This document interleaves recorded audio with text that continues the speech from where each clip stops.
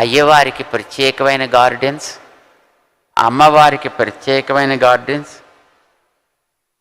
ఇద్దరు కలిపి తిరగడానికి ప్రత్యేక గార్డెన్స్, అందరితో కలిసి తిరగడానికి మళ్ళీ ప్రత్యేకమైన గార్డెన్స్.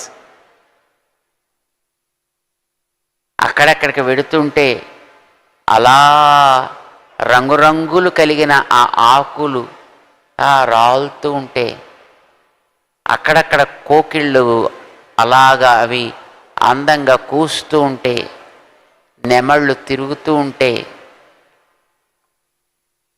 అక్కడ ప్రక్కన ఉండేటటువంటి జలాశయాల్లో అందంగా కనిపించే చేపలు, రంగురంగుల చేపలు మెల్లమెల్లాడుతూ అలా ఎగిరిపడుతూ ఉంటే ఏమి అందమైనటువంటి దృశ్యాలు అక్కడ ఆ లోకంలో స్వామి చుట్టూ ఎంత అద్భుతంగా ఉంటాయో. అవన్నీ అక్కడి నుంచే వచ్చిన వారు కనుక రామానుజుల వారు, వారికి అవన్నీ ప్రత్యక్షంగా కనిపిస్తూ ఉంటాయి.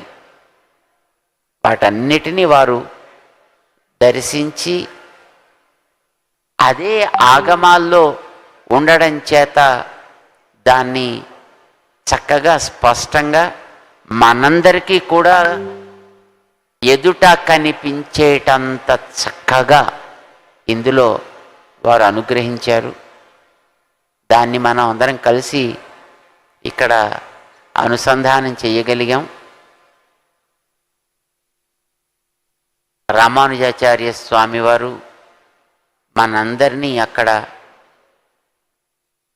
చల్లటి చూపులతోటి చూస్తున్నారు. ఇంత ఎండ ప్రభావం మన మీద పడకుండా ఉండేటట్టుగా. ఎంత అద్భుతమైనటువంటి సన్నివేశం మనకి ఈవేళ.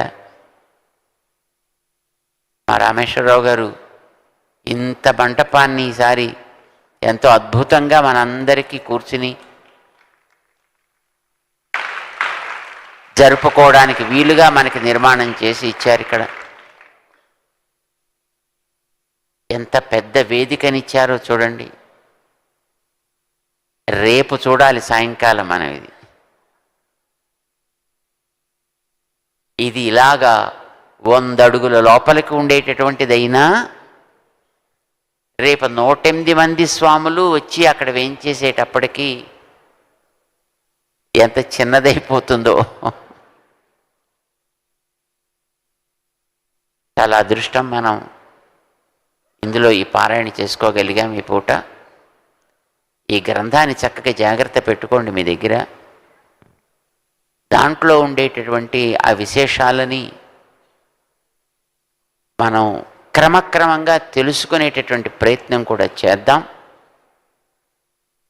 దీనికి మన పెద్దలు, మహానుభావులైనటువంటి ఆచార్యులు తెలుగులో మనకు కూడా అర్థం కాగలిగేటట్టుగా వ్యాఖ్యానాన్ని రచించి ఇచ్చారు. మన డాక్టర్ రంగరామానుజాచార్య స్వామి పెద్ద గురువు గారు అంటాం, వారు ఒకటి రచించి ఇచ్చారు. మన సింగరాచార్య స్వామి అని మహానుభావులు, వారు ఒకటి మనకి రచించి ఇచ్చారు. ఇలాగ పెద్దలు చాలామంది మనకి దీనికి తెలుగులో కూడా మనం తెలుసుకోవడానికి వీలుగా అందంగా రచించి ఇచ్చారు. చక్కగా వాటిని మనం తెలుసుకునే ప్రయత్నం చేద్దాం.